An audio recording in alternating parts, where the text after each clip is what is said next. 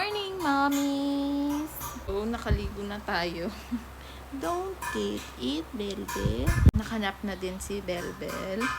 Dahil na nating nagawa. Ngayon ko lang naalala na mag-vlog. So, ngayon, tatry ko siyang... Sorry, ang dulo. Tatry ko siyang ipitan. Sik yan, no?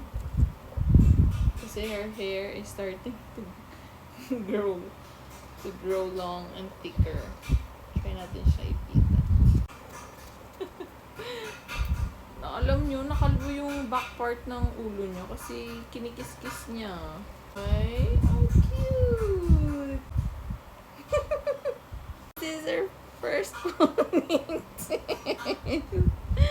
How cutie! Apanot. And she's wearing such a cutie onesie. Ng onesie niya. Oh, cutie mo naman, anak. Before ako mag-work, magla-lunch muna ako. And ang ulam namin ay... Ulam! Paksiw na bangus na ang taba ng tiyan. Ting bangus na may tiyan. And sile. Bye guys! Cheers! Oh. Sile.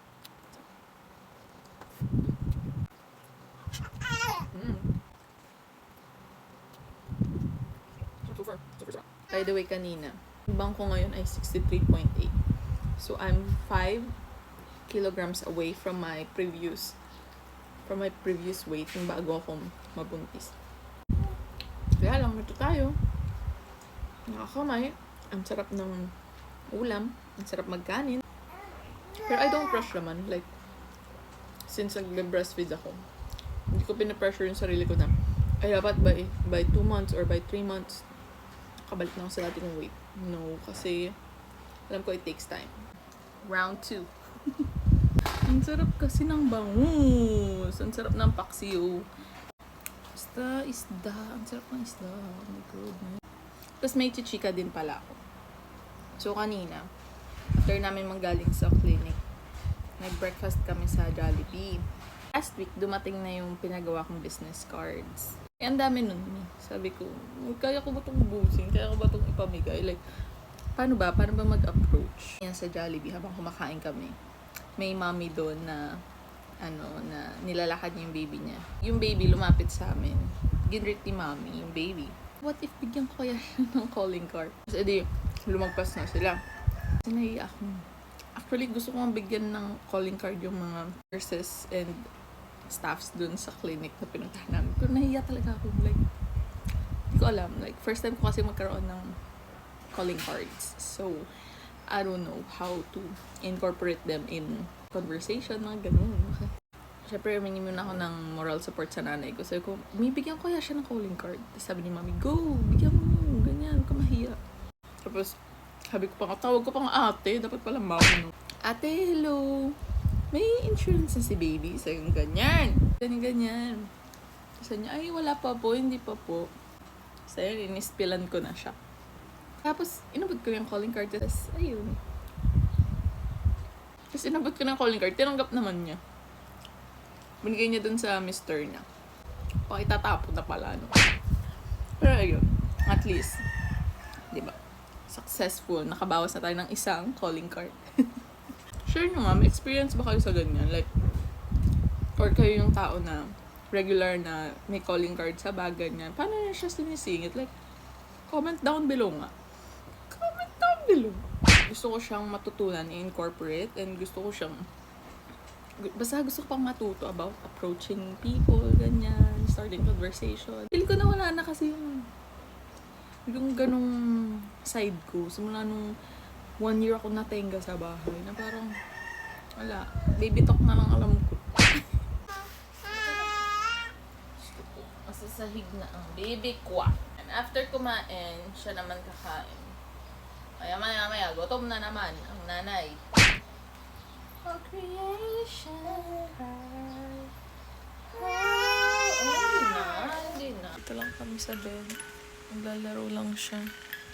Hindi makatulog si Belbel. Kaya eto, hindi muna tayo makapag-work. Maya-maya na lang pag nakasleep na siya. May mga araw talaga na ganito na hindi siya nagnanap. So, samahan ko lang siya kasi magsisigaw lang yan siya pag wala siyang kasama or pag pag wala sa kanya yung focus ko or yung attention ko. And it's okay. Ako naniniwala ako na I won't miss any client that is meant for me. Drama. First muna talaga ang pagiging nanay for me. And then, second is yung business or yung work. So, yun talagang life. Lagi ko nga sinasabi yun sa sarili ko that I won't miss any clients na para sa akin talaga. So, enjoy lang ang life, ang mom life. Cute. Sobrang bilis niya lumaki. Magsi 6 months na agad. Grabe. And I'm so excited for her milestones. Magiging milestones niya pa this coming month. Patulog ko na si Belbel. Teka lang. Ginagamit kong mic pang record sa TikTok. Yan na.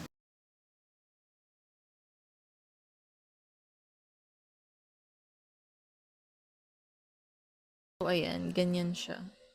Since ang daming manok ng kapitbahay and kabi-kabila ang mga aso dito, yan, ito talaga yung ginagamit ko pag nagre-record ako. And, ayun nga, napatulog na natin si Belbel and right now, I'm just working. Lulubos ko habang tulog si Belbel. Kasi ngayon, as an entrepreneur naman tayo muna. And so far, na-enjoy ko naman siya. Nakakapanibago lang kasi just 1 year ako na-stop mag-work. And this is a different industry naman yung pinasok ko. Nakaka-excite siya at the same time challenging. Ewan ko ba bakit excited akong matutunan. Like may mission ako why I joined this field. Naalala ko, sabi ko pa sa sarili ko, hindi ako pang sales. Like, no, I can't. Here we are. And so far, I'm enjoying the learning process. I'm still learning. And I can't wait na ma-master tong business na to. I'll be happy to share it with you soon. So, kaya isa din to sa reason why I wanted to go back to vlogging. Kasi gusto kong ma-record to. Itong magiging journey ko na to dito sa bagong field na to. Sana for me talaga siya. Kung hindi naman siya for me talaga, that's life, 'di ba? At least I gave my best. I give my best. I try to give my best every day. Yan, sipagan ko pa. Nag-enjoy ako kasi parang yung mga favorite kong gawin pinagsama-sama dito sa business na 'to. Na-enjoy ko siya so far kasi alam mo nasasad nga ako kasi 'di ba sa Philippines, ang tinuturo talaga sa atin is savings. Savings ang the best. Savings sa bangko, 'di ba? Miski nga sa mga schools makikita mo na namimigay nila or ang pinopromote sa mga school, ewan ko kung naranasan niyo 'to, but they offer yung zero balance na savings account. Nga, ang tinuturo nga sa atin is the best talaga ang savings. We realize na, ay, may mga investment opportunities pala. Ako personally, pag sinabing investment, ay, pang mayaman lang yan, ay, mga burgess lang yung investment.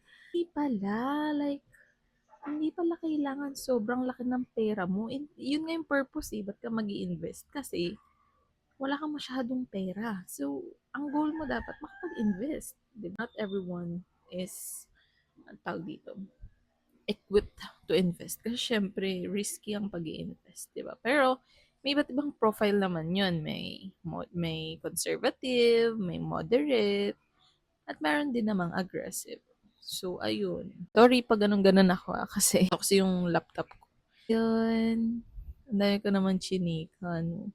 By the way, kaubos ako ng di ba sabi ko sa inyo kanina, nakakilos away ako sa goal kong weight.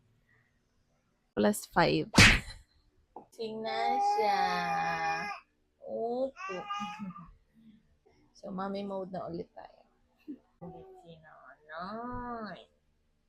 Can you sing for them? Okay? 1, 2, 3. I know your eyes in the morning sun. I feel you touch me in the pouring rain. And I wonder when you from me. I wanna feel you in my eyes again.